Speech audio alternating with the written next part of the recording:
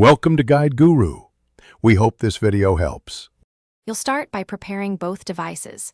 Confirm your phone has active mobile data and supports USB tethering, and use a data-capable USB cable. Plug the cable into your phone and Windows 11 PC. When prompted on the phone, choose USB tethering or USB network. On some phones, you may need to change the USB mode from charge only to file transfer or tethering. Once done, Windows should detect a new network adapter. Make sure you're using an account with admin rights for driver installation. Next, configure Windows so it uses the phone's connection. Open Settings, go to Network and Internet, then Advanced Network Settings and look for a new Ethernet or Remote NDIS adapter. Right-click it via Control Panel Network Connections if you need to enable or diagnose. Typically, Windows uses DHCP. Keep automatic IP unless you need a fixed address.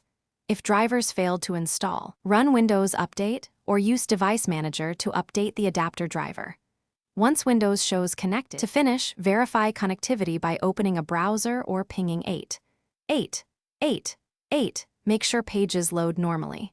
If you don't have internet, first toggle USB tethering off and on, unplug and reconnect the cable, or disable and re-enable the adapter in Windows.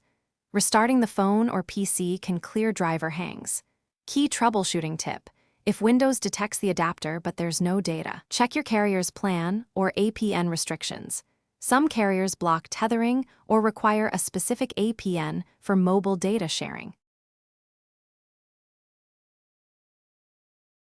Thanks for watching. Consider subscribing if we helped you today.